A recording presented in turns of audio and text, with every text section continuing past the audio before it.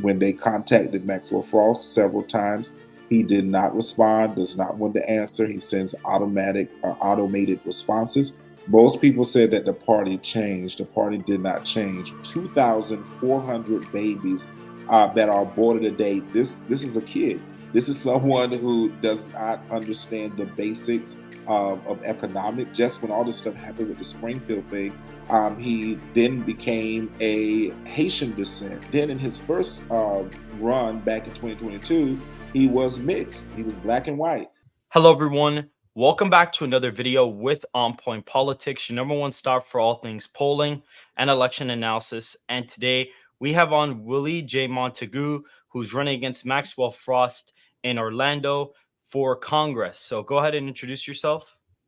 All right. Well, first of all, thank you. Hello, everyone. I am Willie Montague. I am the Republican nominee for Florida's Congressional District 10, which is in the Central Florida area. Been involved in this campaign for quite some time. Actually, since 2019, I've been on the ground making sure that there was true representation for this district and be able to have someone that was for the people. And so that's who I am. I'm a founder and the president of a nonprofit organization that works with youth and young adults, from mentorship to residential homes, as well as a small business owner, and continue to be an advocate in the community. Okay, so the first thing I'm going to ask you is, how did you grow up and what kind of got you into politics? As you were growing up, what kind of led you to become interested in politics? I'm sure. So I get this question a lot. It was my high school teacher. My family is not too politically inclined, although everyone in my family are Democrats.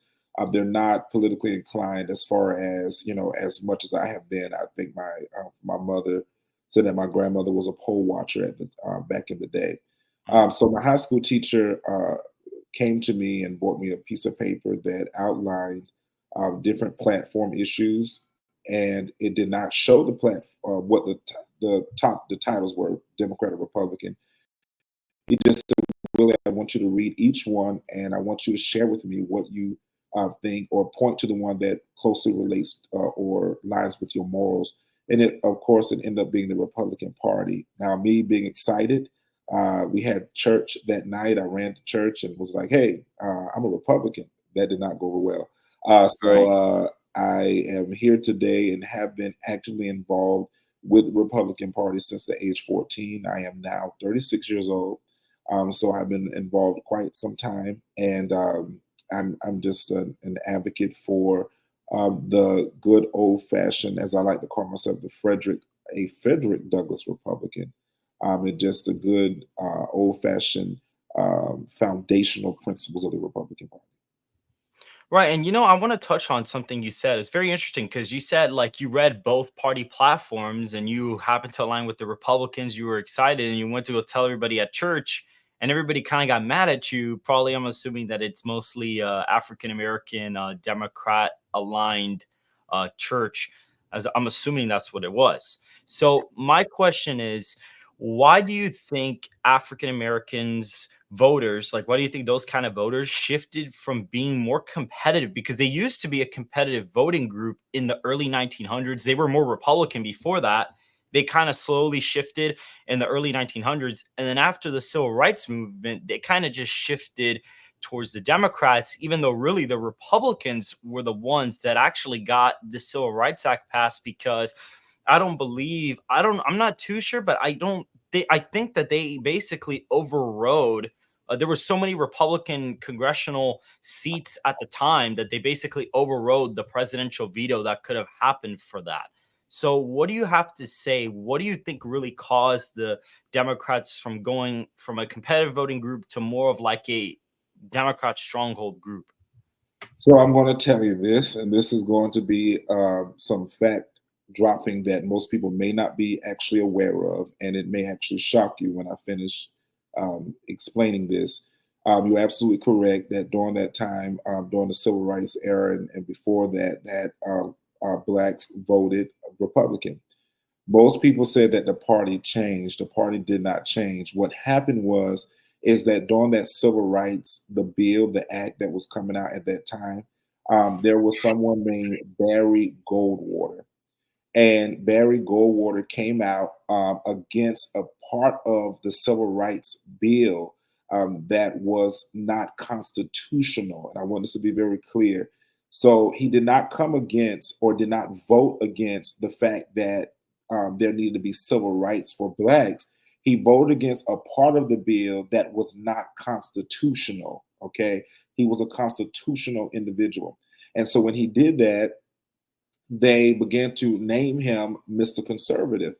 And so at that time, of course, you did not have people explaining about civics, about the Constitution, and why things need to be constitutional when you're voting on them. As you see today, you have so many people who vote on the left and the right who don't vote according to the Constitution. They vote in emotions. And so he voted with that part against that part that was not constitutional, which we know you can always bring bills back to the table to make sure Right. that things are constitutional. They did not do that in that time. And so he was framed as Mr. Conservative. So the word conservative was attached to Barry Goldwater to basically frame him that this was the conservative movement, was a movement of racism, because he voted against the civil rights bill only for the constitutional part. Now, this is the key. That was all well until it started being the Republicans, and this is the part that may shock people. It was actually Martin Luther King that wrote the letter that told the black people to leave the Republican Party because of Barry Goldwater and what he did. So most people do not know that that switched over was actually because Martin Luther King stepped up and made a deal about it in relations to what Barry Goldwater did. And of course, so many people exited because if you go back some generations that are still around, they would say, yeah, we were Republicans and this happened. That was what happened. So the truth of the matter is that it was, again, perception, context. It was not there. We did not have the technology that we do have now. Of course, we don't have people that explain those things, and so you look back. Somebody goes out there, especially a figure like Martin Luther King, and give you this letter and tell you this guy's racist. This is what's going on. You need to, we need to jump ship, and that's what happened. So there was a mass exodus. The party did not change.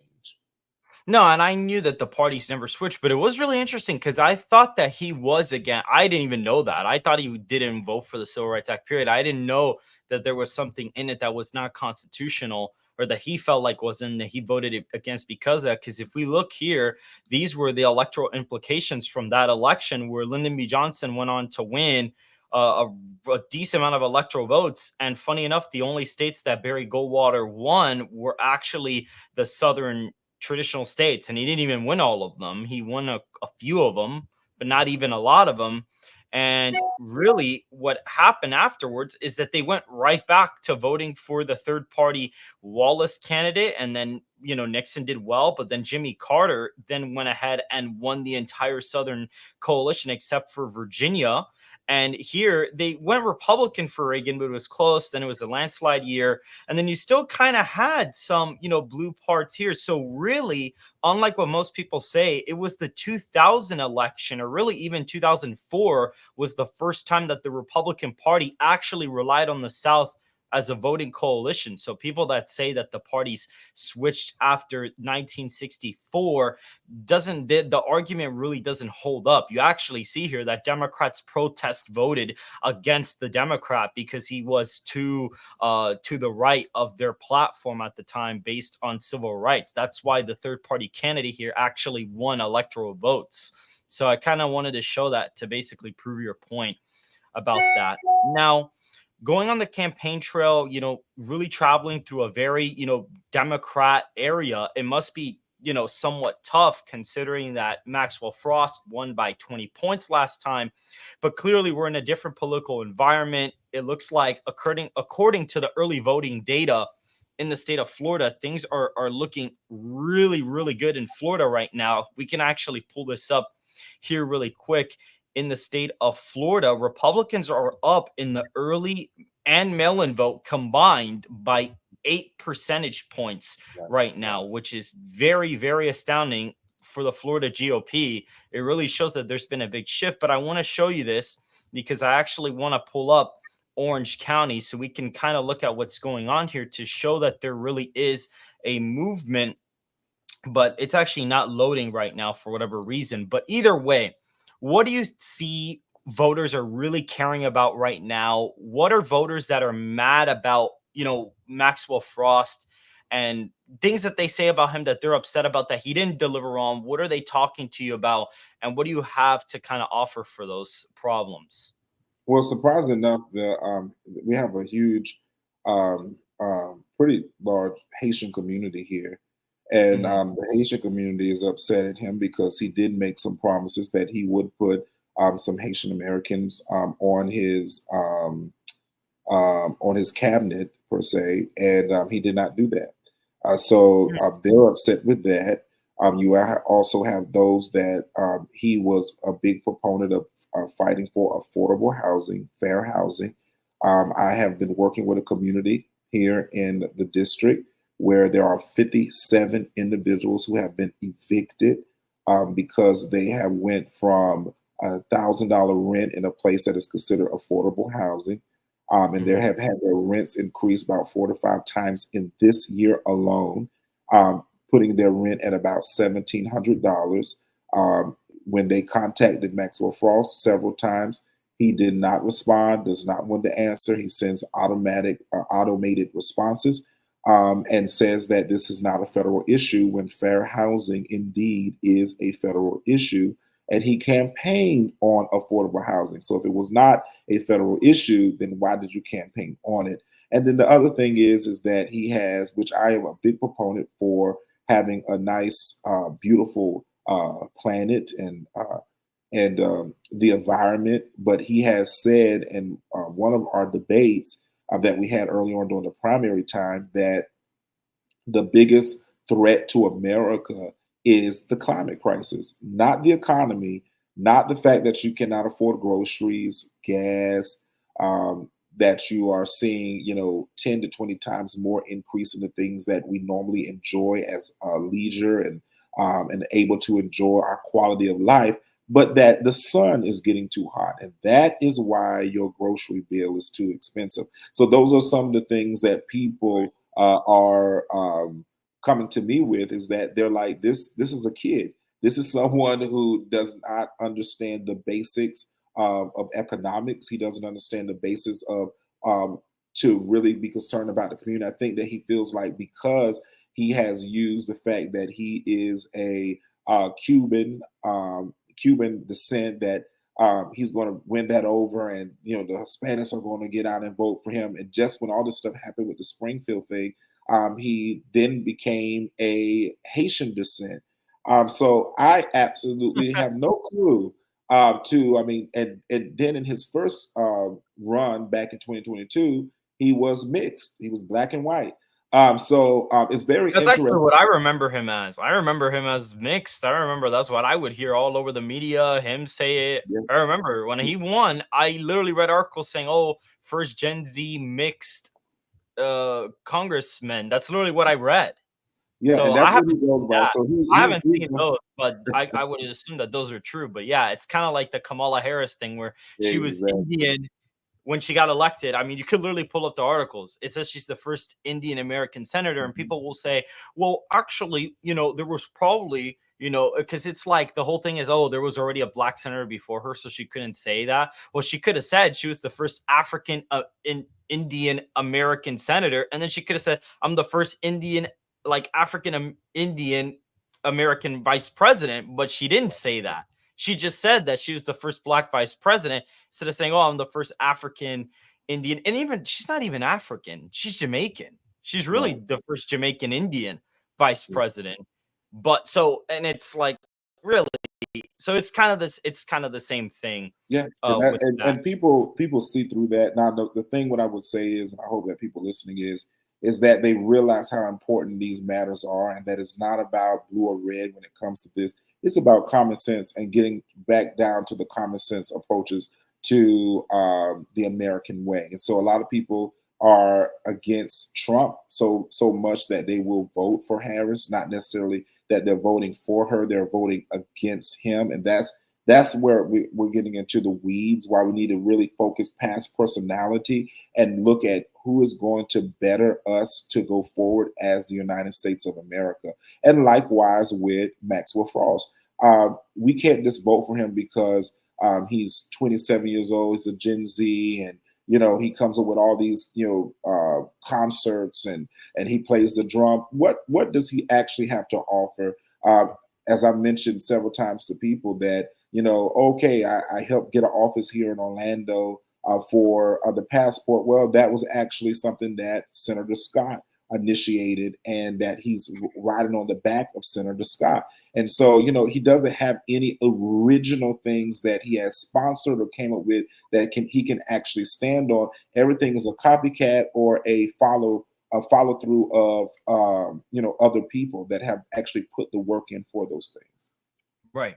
And this is something I actually want to show, so right now, just because I want, look at this. So we see here on Vote Hub, this is where you guys can look at the early voting for Florida, for other states that they have. And right now, the Democrats have 47% mail-ins to 31, and then there's about 20% independents. This is a vast underperformance for the Democrats in the mail-in. They should really be up like 30, 40 right now here, but they're not. They're only up by like about 15.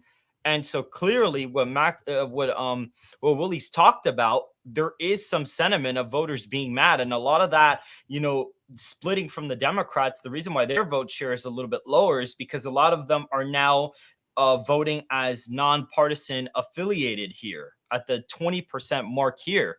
So it's like, well, if they're going to switch from Democrat to nonpartisan, who are they going to vote for at the presidential level? They're probably going to lean more Republican if you're moving from being a Democrat, because the Republicans have gone up like a few points, but the Democrats have lost like 15, 20% because there's a lot more nonpartisan voters here. So that's what you're kind of seeing. And those are the kind of voters that Willie has talked to that are traditional Democrats that have voted for Obama, that may have even voted for Hillary, who voted for Biden, that are now probably going to switch to Trump and are saying, hey, we're upset that Maxwell Frost, as a local elected congressman, is just not really taken care of right now. And we even see this. I mean, this is just ridiculous. Right before his election against you, he's talking about on X, going on here and saying, oh, well, the final stretch for me is Ohio, Minnesota, Pennsylvania, North Carolina, Nevada, Pennsylvania, and then home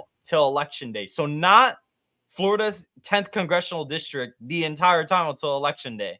He's going around with Kamala Harris because they're puppeteering him around with them for whatever reason. But what are your opinions on this? Because I personally think it's a disservice to the community that he's going around with federal elected officials, even though he's not a federally elected official. He's a local congressman. His job should be to be campaigning here for the people that he was elected to serve. So what do you have to say about this?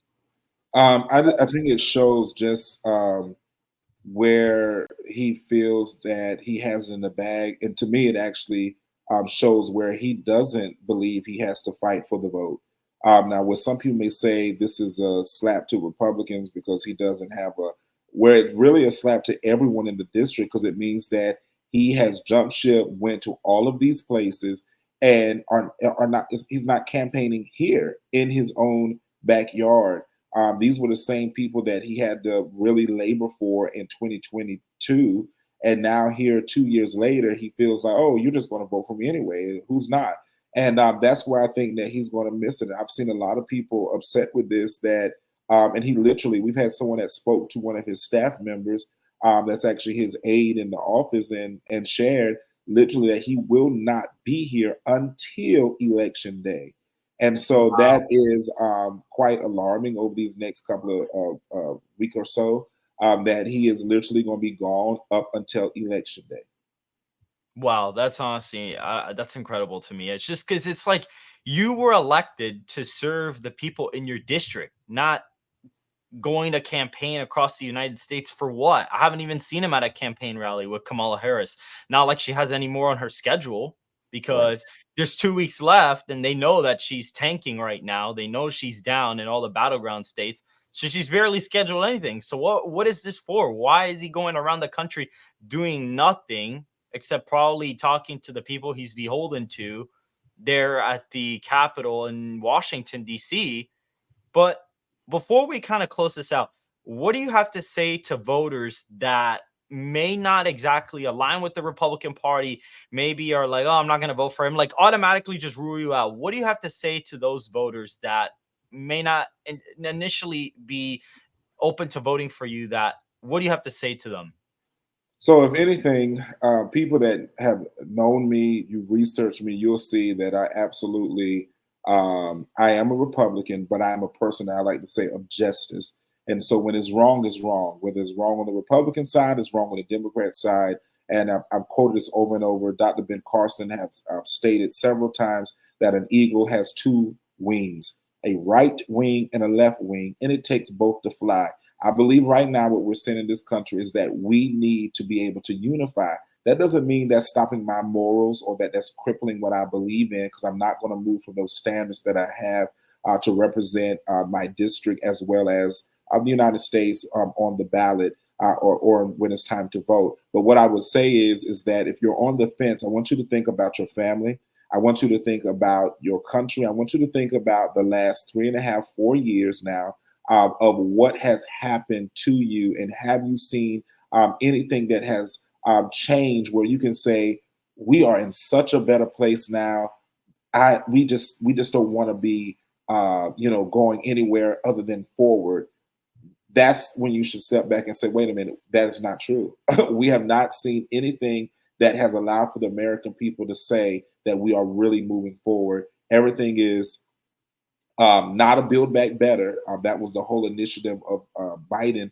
It has been build back worse. And so what we have seen is destruction of really the American dream. So what I would say is do your research.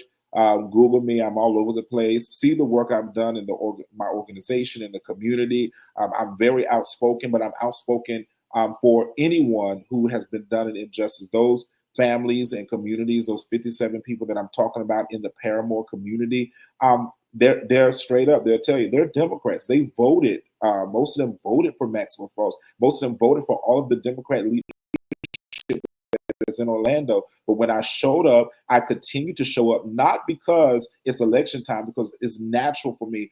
Back in 2020 up to now, I've gone as far out to other counties.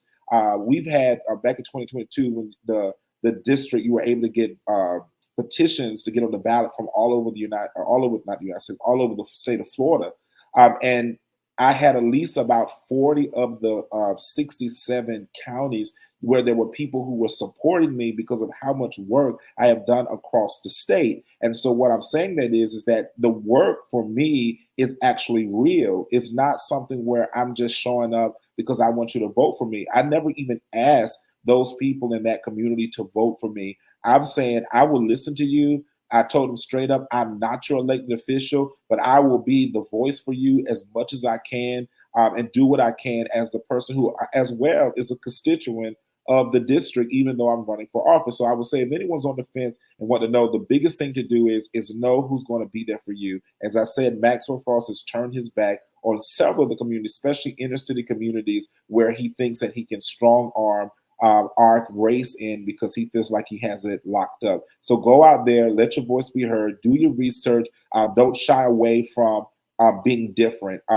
We vote in secret, so no one's going to be having the paparazzi following you because you voted Republican. So if you feel like, you got to go out there and do it, don't do what you do, but just go out there and vote for righteousness. That's what is on the ballot, righteousness. And I really, really appreciate that. Now, for the last question, I'm going to ask you a few things. What is your choice for president? I feel like we're going to know what that one is. What's your choice on Amendment 3 and 4? And on top of that, what do you have to say to voters that, let's say, they're kind of like struggling economically, and they're kind of just like they're in a rut right now, to younger voters per se that are struggling economically? What would you have to say to them? So those four things, and then we'll kind of end it off. Okay, so of course I'm voting for President Donald J. Trump. On the Amendment 3 and 4, I am voting no. First, on Amendment 3, which we know is talking about recreational marijuana use, the reason I'm voting no on that, to be clear, is not your ability to have freedom for you to smoke up weed. What it what it actually is I do not like government overreach. And I do not like the fact that there are organizations or corporations that are stepping in, and they seem very interested in this amendment. And I think that is way more behind it than just simply saying you get to do what you want to do by smoking a blunt. I'm voting no on that. On Amendment 4, of course, I'm voting no. My high school paper that we had to do, similar to senior papers, it was on abortion. I wrote a pro-life paper in the 12th grade of high school, which was in 2006. And I have taken that stance since I can remember, and I am a pro-life advocate. I want people to be aware that Amendment 4 is not what you think it is. It is not giving women this autonomy of their bodies. This is crippling, and this will cause human trafficking rates to go high because there is no parental consent involved in this. What will happen is if a human trafficker has raped a young girl and she goes in and they take her in and wants her to go get abortion because she's pregnant, they don't have to contact the parents right away, or if they do, it could take weeks. Long as they are contacted and told, not consented, but told. And by that time, they've already had that abortion. So I think we need to look at it in a bigger scheme of things, and not thinking my body, my choice. Men, stay out of it. You guys, this is a baby. This is a child, and actually, here we go. Didn't know we have that question, but I like to bring this up. This is 12 weeks. And so in the United States of America, we have 2,400 babies that are aborted a day. This is what is being aborted. So imagine this. You see the arms, you see the legs, you can see the eyes, the nose, the mouth. So imagine 2,400 babies a day that are being aborted. That to me is serious, because we see attorneys, we see lawyers, we see the next Congress woman, congressman. We see individuals that have an opportunity to thrive and live. And everyone that I've ever seen that is pro-choice is alive, and they're functioning and they're doing great. So I feel like to want to advocate for the death of a child while you're living a full life is crazy to me. I don't get it. But anyway, so that's my stance. I know that probably makes some people upset, but nonetheless, that's my stance on that. When it deals with what you say to those who are Gen Z or younger and alphas, when it deals with the economy, is don't stop fighting for that budget. My whole goal and everything that I've worked for is with Gen Z. I mentor Gen Z. I mentor alphas. That is my heart. And so I can personally tell you, if you want to reach out and you want some help just to streamline a budget, or just want to know, have somebody just to be there to help coach you along to stay strengthened. But believe me, if nothing else, I'm going to fight for you to be able to. Because right now, you can say Gen Z and millennials, they don't know if they what it will be like probably to even own a home because of the way the economy is. And so I'm going to fight for that, and I want to make sure that when you come to me, that you'll be able to get that home one day. You'll be able to know what it feels like to have the American dream. And so you're always welcome to contact me. Go to teamwillie.com. My handle on every social media platform is Willie J. Montague. And you're able to find me there, contact me, reach out. And someone on the team will get back with you. And usually it's me. I just actually hired someone to kind of help with that because I can't do it by myself. So, you're welcome, you guys, to contact me, and let's do it together. No matter what happens on November 5th, I'm not going anywhere. So you're always welcome to reach out, and let's build and do what we need to do. But stay encouraged, and thank you again for the opportunity. No, of course. And thank you very much for coming on and sharing your thoughts about the community, about your opponent, as well as the election in general. I think it's important for everybody to go out there and vote. Early voting has already started. So if you want to go vote, make sure to go ahead and do that. We'll be leaving Willie's socials in the description down below, especially his X account. He's got a little bit over 100K followers on there. So if you guys want to go follow that, you can. And make sure to hit the like button to subscribe. Comment down below on your thoughts. We'd like to hear what you guys had to say about this. All right, guys, we will see you in the next video.